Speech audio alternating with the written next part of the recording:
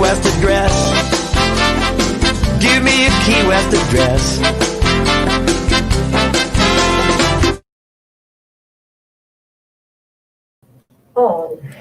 We are back. We are. Welcome. Like we never left. We just changed clothes. That's right. And we my clothes are prettier. That much. Key West Windswear Go Pro. Sunset with Culver. And Watson. So we're happy to have you here this evening. And we have such a great guest. Paul Menta, another island icon. Absolutely. We are really, really lucky. We are. We're very lucky. So we were just talking about traveling. And you know how much I love to travel. Oh, me too. So I used to have 4 bags near the door. Mm. One was for New England when my father was sick. Mm-hmm. The other one was for Africa, and they all had, you know, and 2 other bags. So I would wake up and figure out where I was going. I have this reoccurring dream that I wake up and I run down the hall and I'm making coffee. And you're making... That's it. We have this thing that I know, okay, everybody that comes down here, they're like, where do you go on vacation? Because, I mean, you're all on vacation when you come down here, and they ask, well, where do you go? And my stock answer is always Europe, because I love to travel. And one thing we have down here that we call it, or what I've always referred to it as, is rock fever. And that's beyond rock fever. Beyond rock fever. It's when you're in Key West for too long and you haven't left, and it's like island fever, kind of rock fever is what I call it. And Miami doesn't cut it. No offense. Sorry to Miami. No, if you haven't jumped on a plane and gotten out of the state of Florida, then in my mind you're still here. But I was where were you supposed to be right now? I'm supposed to be in Scotland delivering a boat to Isle of Man. Okay. Which I always wanted to go to. Yeah, I've never been to Scotland. And they have really rich men.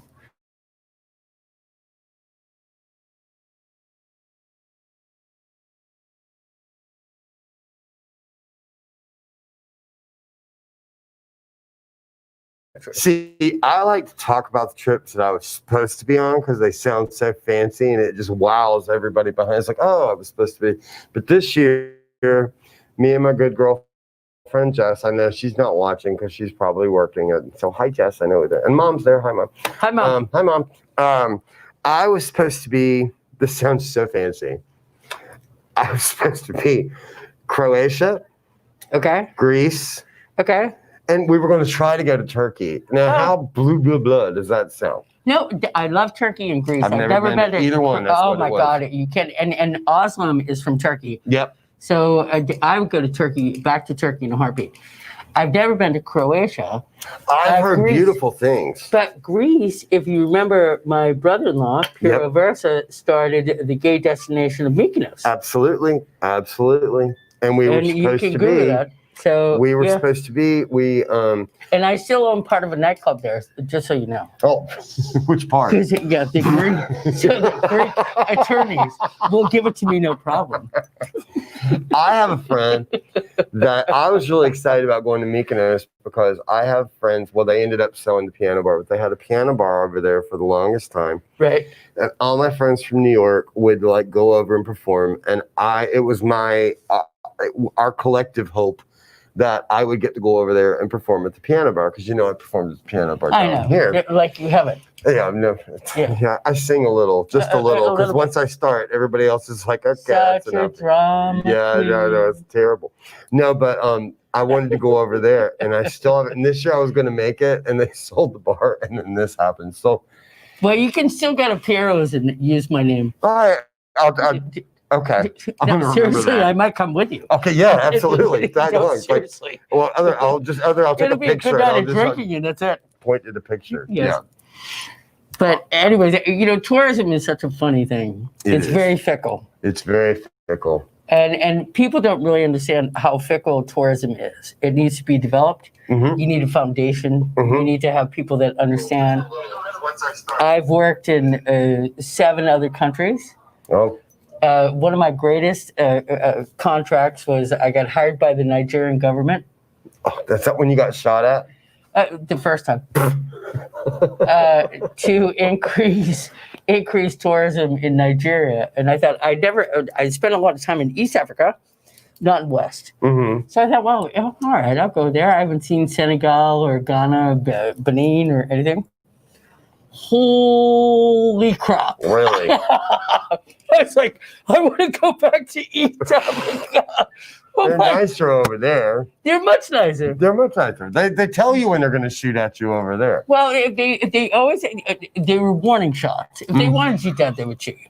So I'm going to tell you one thing about tourism. So the Nigerian government, I had to give a huge speech in front of 700 Nigerians, military, and they're all like dressed and boom, boom, boom, boom, boom. I'm the only white person. Mm-hmm.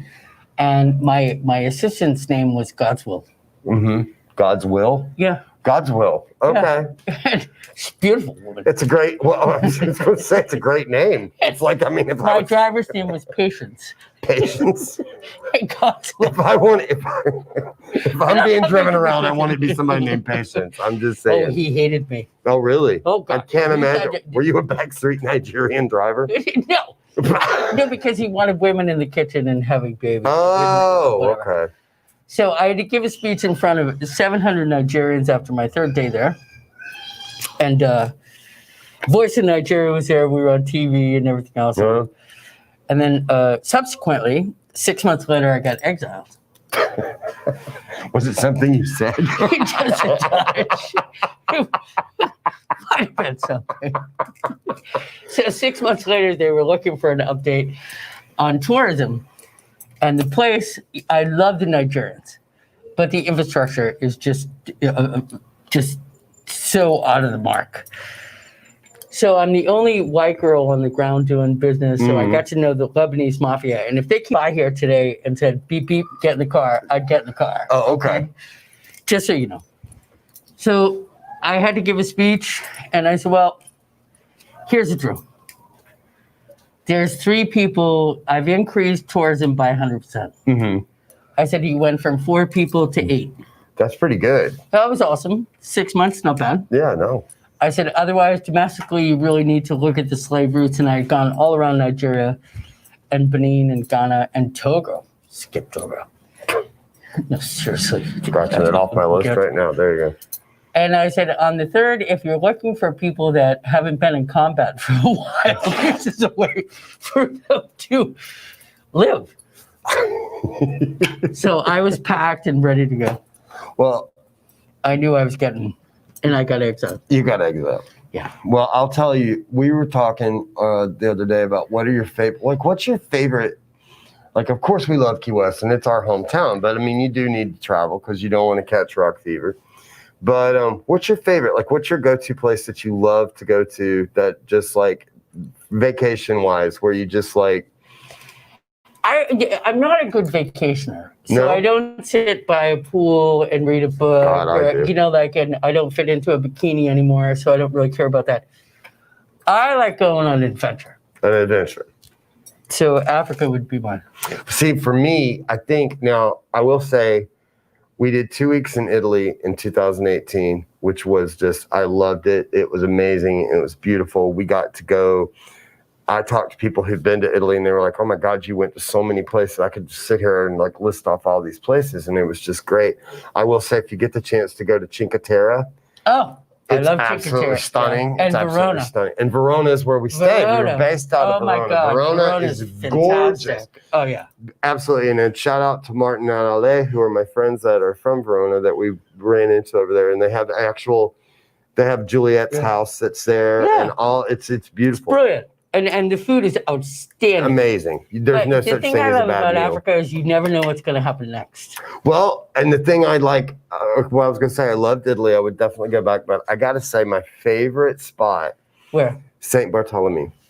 I've never been there. Oh my God. See, the thing I love about St. Bart's is you know exactly what's going to happen next. Because I'm like I like get there. I'm in the pool. I'm reading. I think the only time I ever really stop and read is when I'm on vacation. I'm not a reader any other time. So, but if I'm sitting in a pool and I'm doing this, but the great thing, it's, you've been to St. Bart's when they fly over from St. Martin. Yeah. And there's this mountain ridge. Right. And they have to cut the engine off And it drops. So it can drop down Sure. so they can do that. And it terrifies everybody on the plane. Except you. Well, I mean, How's that rolling? if you travel with me, you don't get scared very often. But I have ways of taking care of it. But the other thing about St. Bart, which is like, I think they might have remodeled it. But the other thing about St. Bart is that the runway is at the end of the ocean. And it's like right next to one of the most popular beaches. Sure. In Nigeria, they have the runway, and the kids hold on to the fences. I've seen that. I've seen videos of that. And it's like sailing or surfing, which brings us to one of our really favorite people on the island, and an icon, Paul Menta. And he's coming off right after break. Watch a few of his videos. We're so excited to have him here, and we thank you. Hold on. We'll be right back. How a still works is we take the fermentation, which you have to remember, our name and our company is Chef Distill. I've been cooking for 30 years. Everything in here is oriented kind of like when I had restaurants. Everything's on wheels, even the still. Probably the first time that Vendome, who makes all these stills in Louisville, Kentucky, they told me in 120 years has ever had to put wheels on a still. I told them it was just in case I needed to move it for a hurricane, but really being able to have everything in here mobile makes it a lot easier of a function. And what happens is as we start to heat it up, the alcohol will heat a little bit sooner than the actual water and yeast. So steam begins to rise and comes up and builds up inside the helmet here and up in the column. You can think of it like a giant teapot. So all this steam, which the steam is the alcohol vapor, builds up and builds up and builds all this pressure up inside here until it's about to blow. And it literally is about to blow up. Then, through this pipe here and through this silver chamber, we add very cold water. Now here we have to recycle water, just like they did with Coca-Cola.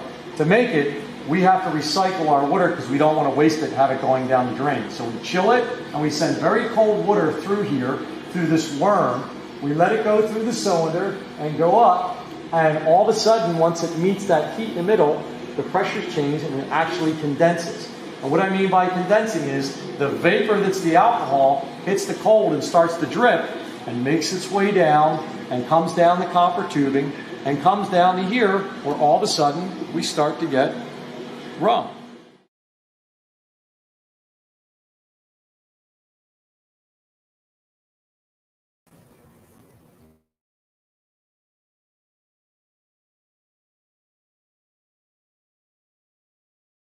With Culver And Watson. and we have our special guest And Menta. And Menta. and Today Menta. we have Menta. He is such a stud. Okay, Yeah. he kiteboarded from Key West to Cuba. Oh, I tried. I tried. Well, you obviously made it because I mean, Well, I did. I got free accommodations when I got there at the luxurious hospital that they have. It was just to see everything from an 8th floor balcony of the hotel and not remember it all. There's no better way to see Cuba. I went back years later. I was going to say St. Bart, same Yeah. thing. Yeah. 1 year back years later with Finbar on the schooner Wolf, and I Right. can tell you it's a hell of a lot easier to sail there, man. It's way easier. Yeah, it was an interesting, but I did it because of, really, it was Sonny McCoy, Right. water skied, and that stigma was always in my head from when I got on the island and everything. Well, And- you've been here, what, 27 years? Yeah. From Philly. From Philadelphia. Yep. Was brought here by a Quaker school. Wasn't invited back to public school. A Quaker school. And so I the think Quakers, that's tough for the both of us. yeah, we're all kind of, nonviolence. Non-violent. It was either that or the Buddhist, and I wouldn't shave my head. So Yeah. I wouldn't get along with that either. I don't think. I barely shave my legs.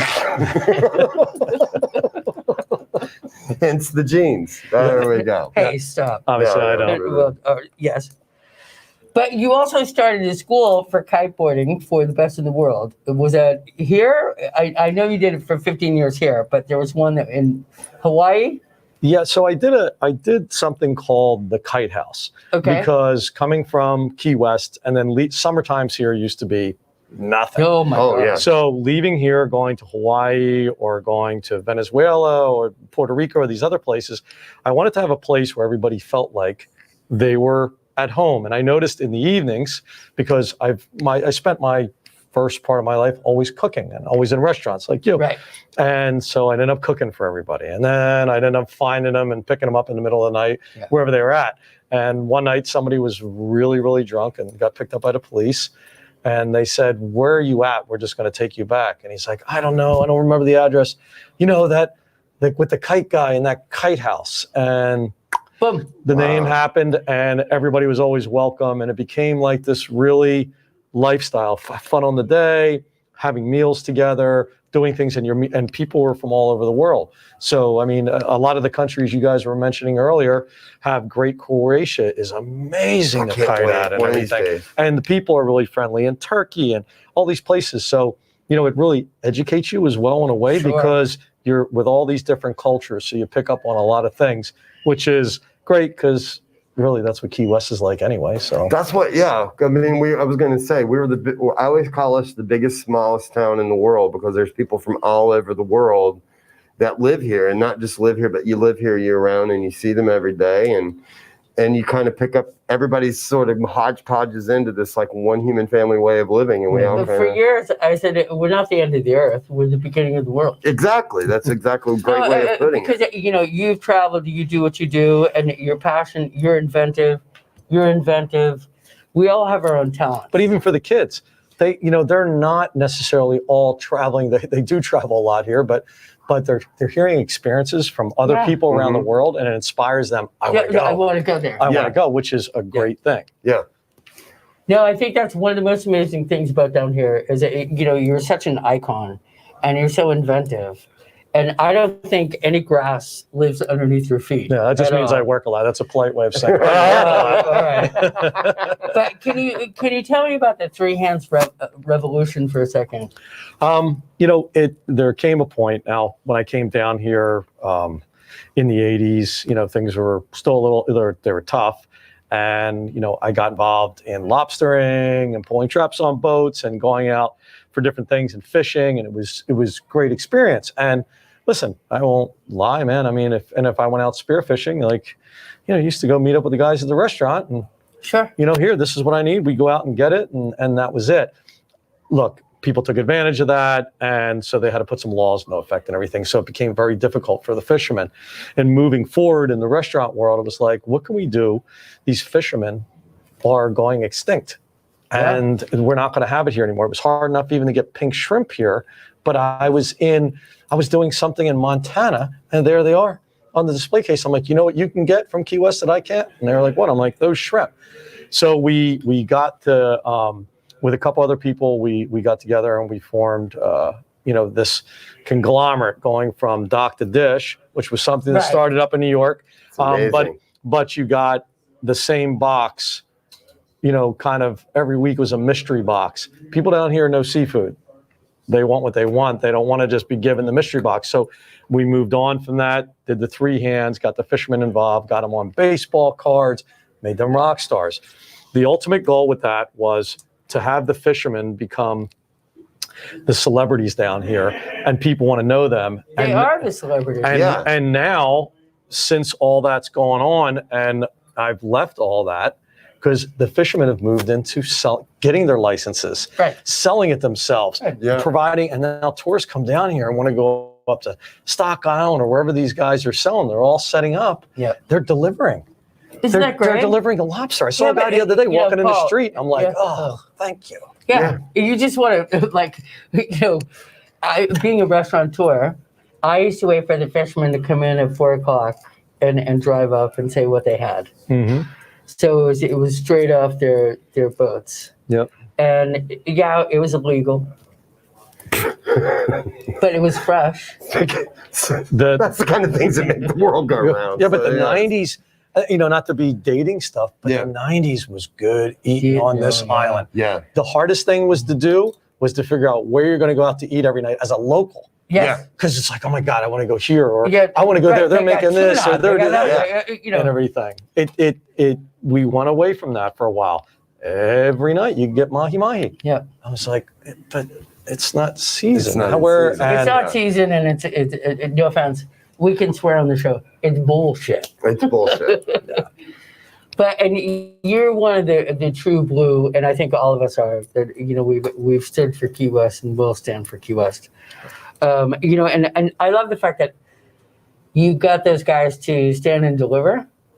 And now I get texts, shrimp is in, do you want to come and get it? Yep. So, the three hands, explain the three hands. It was the fisherman, us, and the consumer, bringing them together. But since then, and the evolution of us all, it's two hands. Well, It's now the fishermen and the people, which was the ultimate goal of anything. She's not brilliant. To bring awareness, because look, at the end of the day, it's community down here. Yeah. We do what we do, but we still want to be community and stuff. And I learned that going to this Quaker school, we had to do community service every Wednesday. It was something they instilled in me, and I never forgot. I got down here, Hurricane George came along. Yep. Somebody decided they didn't want to have business anymore below my place, and they burned it down. And this community rallied, and I had a place to stay. I didn't have any, me and my roommates, and we were so taken care of. And I'll never forget that. And that kindness, it'll be. I've always said, especially with AIDS Help down here, coming from, I moved here, I did a lot of traveling, but I ended up living in Charlotte, North Carolina for a brief period of time, and I moved down here from Charlotte in '98.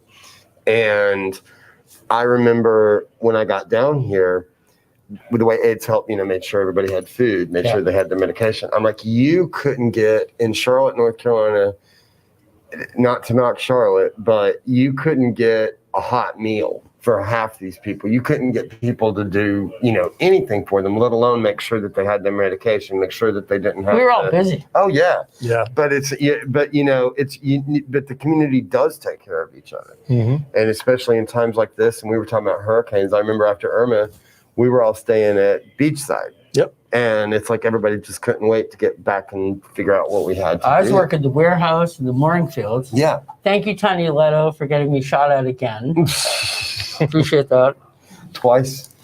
So, I want to segue into what you've done for, COVID, this last pandemic that we've had here, which is different than a hurricane. Oh, my. It seems that we all know how to, put our seatbelts on, and we know what the timing is and who's got what. We stay in our lanes and, that kind of stuff. With COVID, it was so strange because every day was a new story. Yep. And you put out a hand sanitizer that was just incredible. Really incredible. So you were on the Weather Channel talking about the hand sanitizer, the ruminizer. Ruminizer. Yeah, Ruminizer. Come on, it's Key West. Like saying sanitizer is just like, come on. Everybody wants to put a little rum on them. It's not, it was easier to convince people. But, the thing is, it's because I could. And my wife had said to me, we were coming back from France. So we were finishing up doing some champagne production over there. Which I want to talk about in a second. We were coming back and we were talking about, wow. And she said, we got back and she said, there's no sanitizer. This is in January. Yeah. And we're like, what? And we talked about it. She said, I said, well, I can make it. So we made some for the staff just to kind of help them out. And I had made it in 2014, right after we opened the distillery, just as kind of a fun spoof with the extra runoff and stuff like that. Never thinking it would come to a point that I'd be 7 days a week as fast as I could making it, and the interesting thing is here they were oh, you're out of sanitizer there. Yeah, because people are looking for it. We have a town where we have so many people in from all over the world that washing your hands here has always been the normal. Oh yeah. If not, you get sick. So people were already looking for that and we didn't have it. So to be able to, have it and go, well, I have it, here we go. And so the initially is, we'll charge our cost. And then we're looking at it, going into it for a month, and we're like, oh, nobody's got any money. And we canceled all of our advertising and everything, and me and Crystal made a decision. This is going to make us sleep good at night. Yeah. We will just give it away. We'll give it to the county, the elderly, the disabled, The bars, because they were still open, you know, and stuff. And we said, if this helps, and I tell you, I mean, we slept great, and we ended up, it was over 14,000 bottles. 14,000 for free. And you were also too, you were very instrumental. I know this for a fact with the one clean island. One clean island, yeah. And that was like trying to make sure that everybody got the proper, factual. Yeah, factual. Because, like, listen, in the rest of the world, it's rumors and nobody knows what's straight. Dr. Norris, I mean, come on, man, like amazing. Yeah. I don't know if you saw because I call him Dr. Chuck Norris.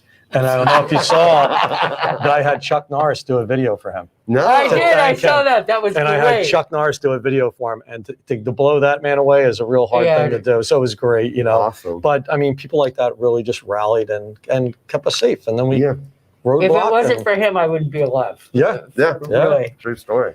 Yeah, you scared everybody. It was like, holy shit, Amy has it. I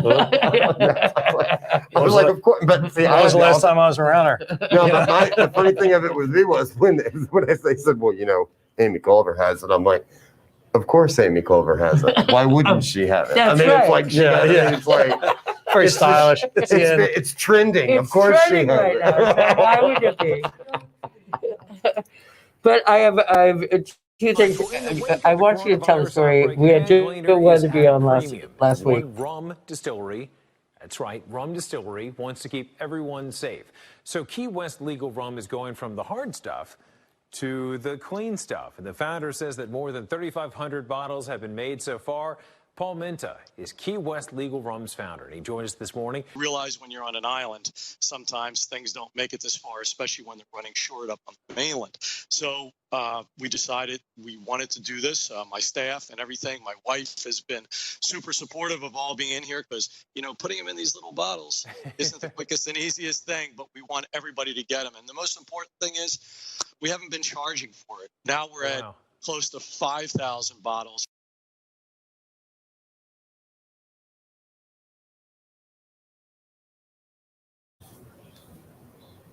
Okay, now we're on. So you can rewind. Well, I hope you like the Weather Channel video to watch. It's a really incredible interview. Yeah, they're really helpful, just letting the world know that we're doing what we do down here. Yeah. And that's the thing. People need to know, like, hey, man, we got it. We'll take care of each other. One of the reasons Mark and I are doing this show is we want to show the positivity of Key West. We don't want to talk about elections or politics or COVID. We want to show the icons that are really here. So we're all characters, but just not written down for the most part. I mean, the name of the show says it all. When I came here, I said, whatever I did in Philadelphia, I was looked at like I was really odd and strange. And I stood out as a weirdo there. Yeah. When I came here, there's so many weirdos here and so much creative that you blend in and you really feel at home. And other people's creative affects your creative. And that's why this island rolls like it does, man. There's so people don't see the back side of this, that the help that comes in when you're trying to do the distillery. I can't tell you how many people were all just, you bring all these creative people together and really amazing things happen. Isn't that great though? You should be, I'm so proud of you. But I do want you to tell the story of Joe Weatherby, who was a guest last week. Yeah. And did the Vandenberg, and these guys are buddies, so I'm sure it was nothing but shenanigans. Yes. We were trying to get in trouble, and then it turned out that we were allowed to do what we did, and that wasn't any fun, but we still did now. What we were talking about, me and Joe, where he kept coming in, and Joe likes to taste the rum, so we meet up. Where he's from New Jersey, has some family in Philly, the connection. And he said, what are you working on next? I said, man, this other alcohol company's doing this thing where they spin the barrel and like this vortex with this $50,000 machine and squeezes all the best stuff out of it. And then you can mix it back in and everything. And, how are you going to do that? I said, I ain't got $50,000. He said, well, what else would work? And I'm like, well, if you put it at the bottom of the ocean, it would work. And he was like, well, I got a big boat. Right? I got a big boat that I just sunk. So do you want to put it in there? And that's what we did. And Yeah, and we. All right, we're going to the Shipwreck rum video right now. Oh, cool. Let's see it. Hi, Pat Croce here. Got the world's biggest rum collection. Tell us a little bit about what you know about rum. Well, being a pirate aficionado, I know you gotta love rum. Rum's easy. You take the sugar cane, you ferment it down, add the sugar, and the byproduct is molasses. You distill this molasses and you play with it, you have rum. But there's also a different fermentation process that, to me, is top secret. I don't know squat about it.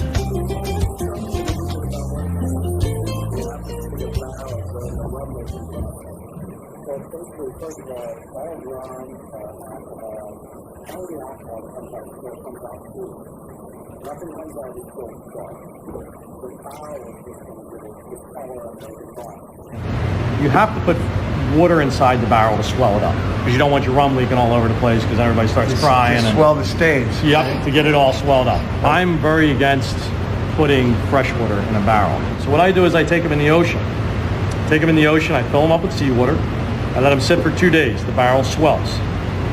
I drain all the seawater out and I wait till I see through the top of the bung in the barrel. I look in, and when I look in that hole, I look, and when I see sea salt crystals in there, I know I've just cured the barrel. When we're done, and I've emptied the rum out of it and bottled it, well, there's like inside the barrel, there's like a syrup from the rum that's trapped in there. Okay? In the wood itself. In the wood itself. There's also the thought, well, why don't we try to get that syrup out of there? So when we make the next run, and we have to cut it with spring water, that we can use that syrup to make the next cut and have all those flavors in there. That's where you and I got involved. It was just me and you sitting there going, well, I can't spend all that money and make a machine that's going to spin my barrel at maybe 10,000 RPM to get it out. All I need to do is squeeze it out of it. And we got talking, and you being a diver as well, us both being divers, we know another place where things get squeezed, don't we? Yeah, under the water, pressure.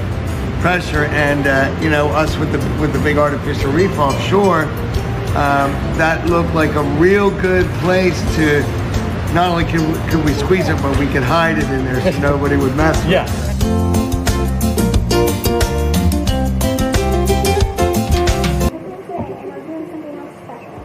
Anybody got a map?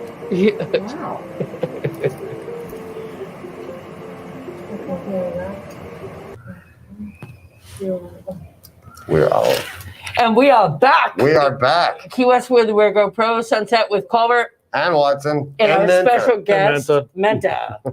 So please explain kind of the barrels. Just give us The quick of it is, it takes two insane people. It takes one nutcase to sink an actual ship in Key West on purpose. And then He have done it completely by and he was going to probably just do it on his own anyway.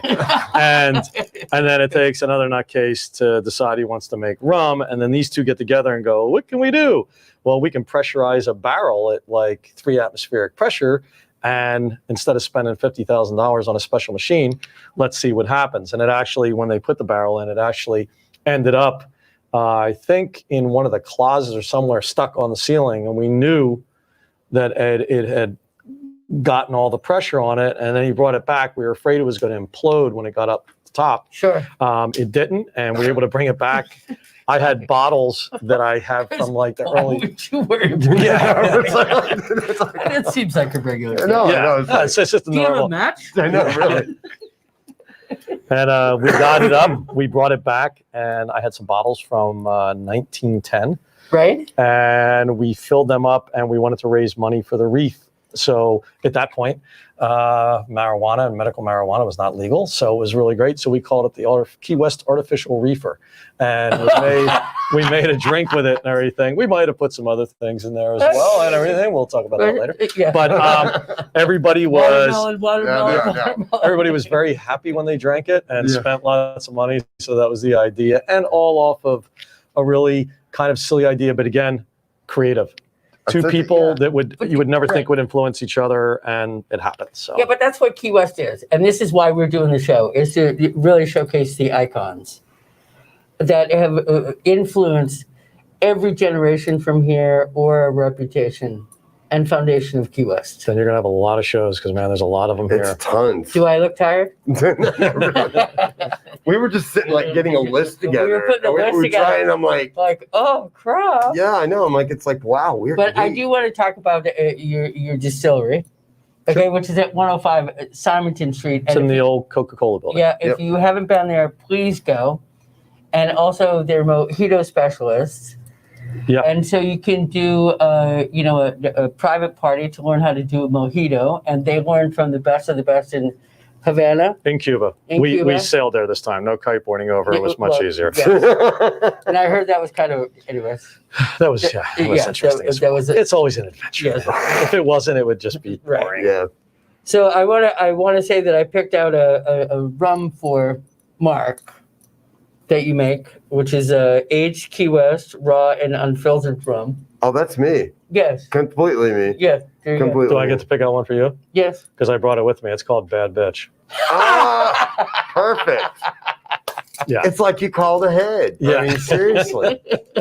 Couldn't do it. No, I was going to say, though, the best compliment I ever got, I want to try one of your mojitos, because the best compliment I ever got is I had a Miami Cuban transplant who'd been up there, and he came down to Key West, and he sat, and I made 8 mojitos for him and 8 mojitos for his friend, and they just drank them and drank them and drank them, and I thought, oh my God. I'm like, and then at the end he goes, the best since I left Havana. So I want to see what you guys do, because I got taught by an old conch how to do that. So I make mine a little different, I'm sure, but I am interested in the mojitos down there for sure. If you haven't been there, please go there, and also go online, because they do rum cakes and different things that you can get special ordered.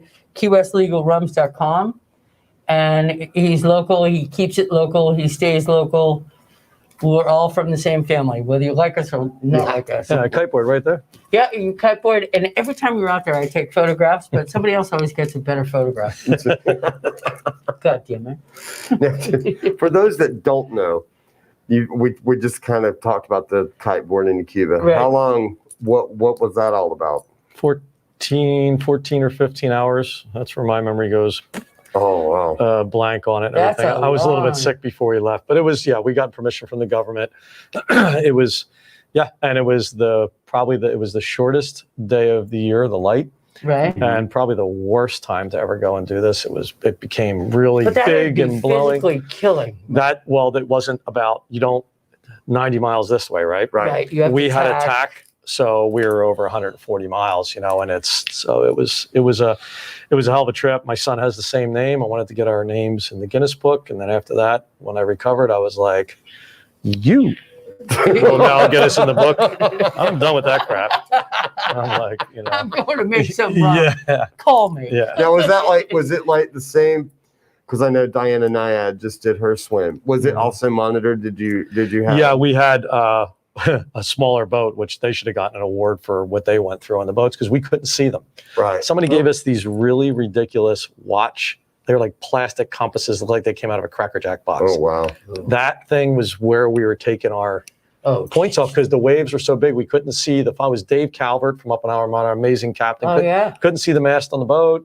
Couldn't see, and this other guy in this like 19 or 21 foot center console. No, honey. It was it was insanity and everything. But hey, man, it's I like to push. If I'm going to work this hard, I want to play just as hard. And as much hairy things that have happened and everything, from being younger and getting in trouble, it just harnessed the energy to go a different way and everything. I mean, I think that's pretty much for all of us. I'm sitting here right now with a concussion. I mean, I'm not kidding. I have. No, he just got I just got one. Just got one. In St. Augustine, we went up. There was a nor'easter and a hurricane 1,000 miles away, and it was putting 15 to 18 foot waves at 50 miles an hour. So we just drove up that night, and the next day went out there and did it and everything. It was great, but I haven't been in waves. I haven't traveled like you guys said. I'm way off my game, man. I got hit really hard in my back, then in my head, had a lot of fluid on my head here. Okay. The worst thing was kite went down, so did I, and I was pulled to the bottom. And I was being drug along the bottom, and I couldn't get up and everything. And me and God had a little chat, and then I said, this sucks. And Had to come to Jesus. Yeah. yeah, and then the worst thing is I had to have a come to Crystal moment because Oh. once I got done, my wife was a little upset about that. Yeah, how And was I that gotta car- say, one of my, Which how is was that nice. car ride? I know, really. She didn't want to lose me, so I mean No, that's of course. good. So And I gotta say, I gotta take a little time out to say, because one of my favorite things about Paul is his wife, Crystal. I adore her. She's been a friend of mine I used to call her Crystal Meth because she's so addictive, and I love her to death. she's from Albuquerque, New Mexico, she's where from Albuquerque. they film Breaking Bad. So Yeah, that's good. so that's it. Yeah, but I just shout out to Crystal. I hope she's watching or will watch Hi, later. Crystal. We love Thank you. you. Love you. Love you. What are we doing here? We do the kite video. More Okay. kiting. Woo. All right, let's go out and have some fun. Bro.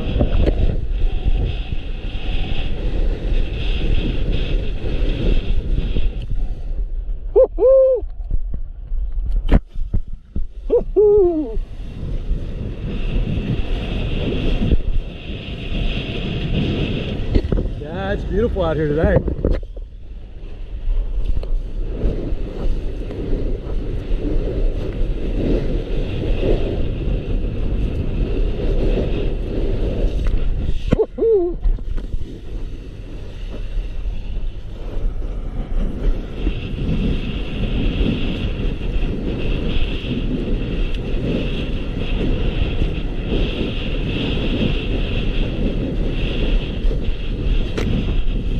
Call that the drone shot.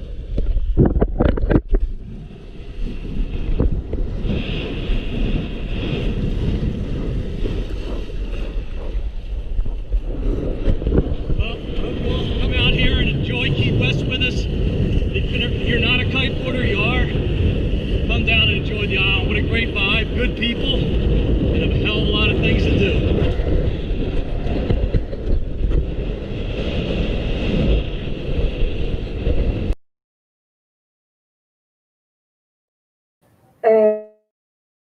Okay. All right, we're back. Key West with Virgo Pro, Sunset with Culver. Watson and Menta. Menta. So tell me about kite surfing. You have a concussion right now. Yeah, so it's a really safe sport. I recommend it for all your kids. Well, Bring grandma too. It's yeah, fun for I mean, all what the hell? It's a family event. I've been doing it for professionally just over 20 years. I'll say it like this.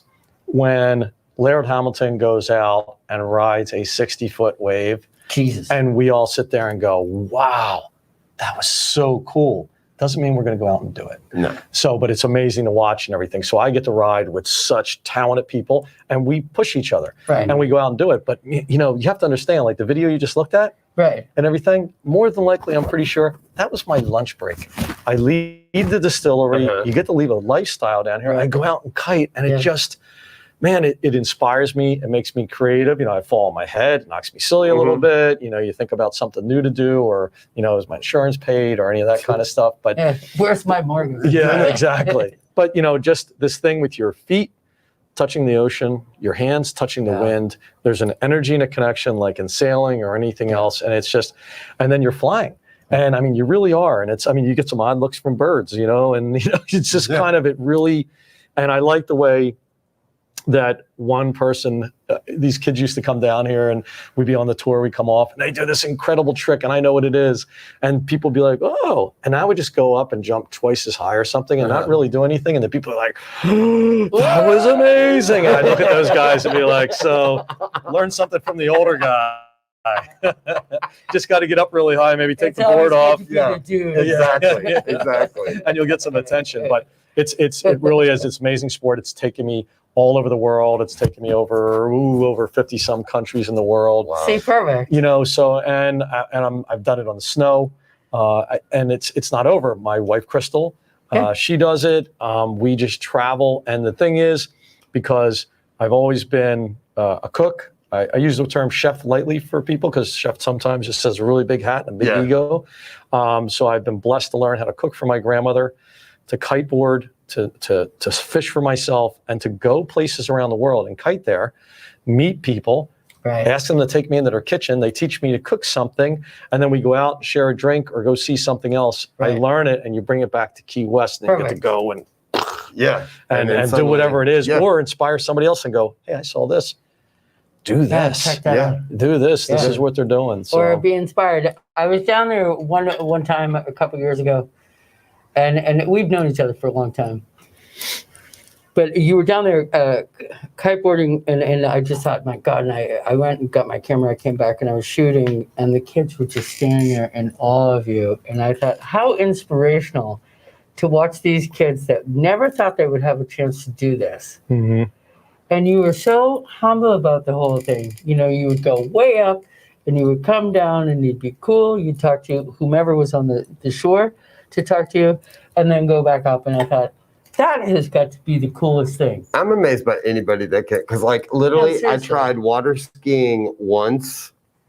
I tried paddleboarding once. I can't. I'm not meant I was for a those huge things. windsurfer, but I ended up I in can't do Cuba any of one those. day. I take my niece. She gets on my back.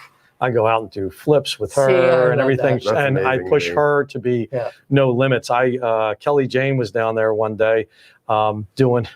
I don't know what, there was a birthday party and I was the kite pony.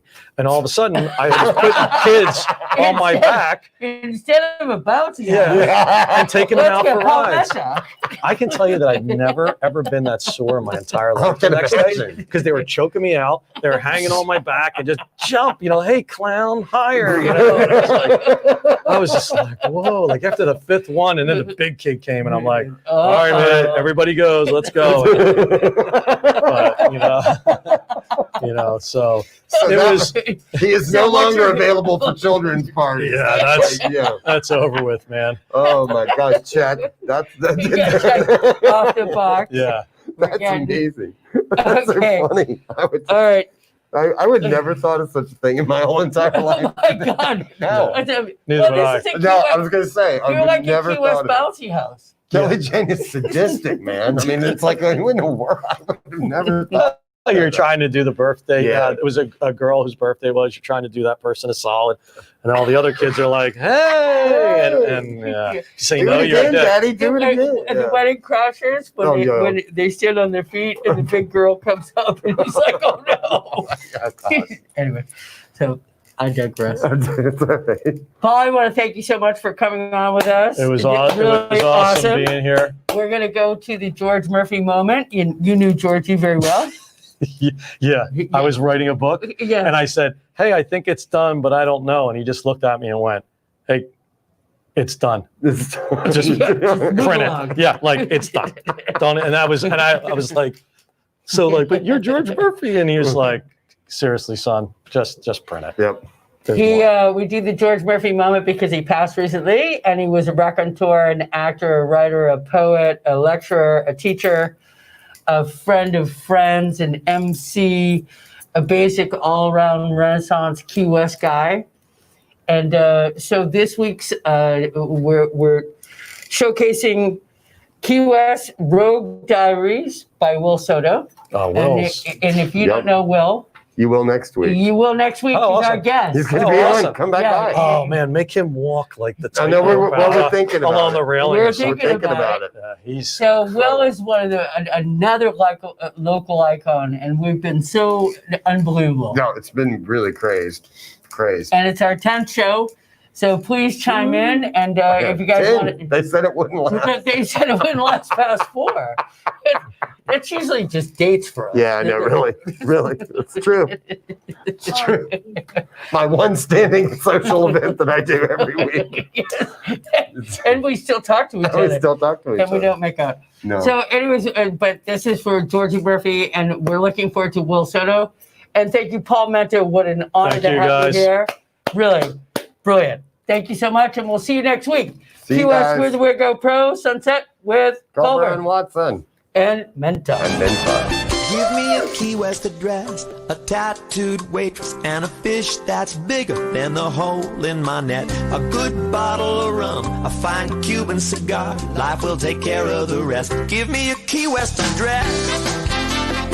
Give me a Key West address.